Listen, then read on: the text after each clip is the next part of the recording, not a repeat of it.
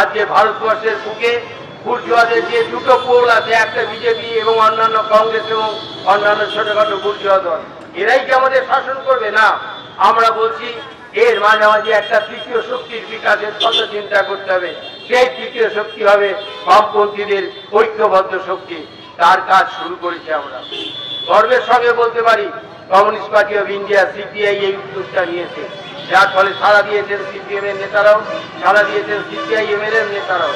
আজকে আলোচনা করছে যুক্তভাবে, কালেকটিভলি, কিভাবে আজকের এই যে চ্যালেঞ্জ সমস্ত বুর্জোয়া গোষ্ঠী থেকে, ফাইন্যান্স ক্যাপিটালের অত্যাচার থেকে, আম্বানি আদানির হাত থেকে, এবং এখনো ভারতবর্ষের কয়েক হাজার গ্রামগঞ্জে যে চোদ্দার মজুমদারদের অবশেষ আছে, তার বিরুদ্ধে আদিবাসীদের স্বার্থ রক্ষা করার জন্য কিভাবে যুক্তভাবে সংগ্রাম করা যায়, সেই সংগ্রামের পথ নির্দেশের কাজ শুরু হয়েছে। এই 26শে ডিসেম্বর সারা ভারতবর্ষে জুড়ে 36,000 পার্টি শাখায় পতাকা উত্তোলন হয়েছে, সমাবেশ হয়েছে, মিটিং হয়েছে, বড় বড় মিটিং হয়েছে।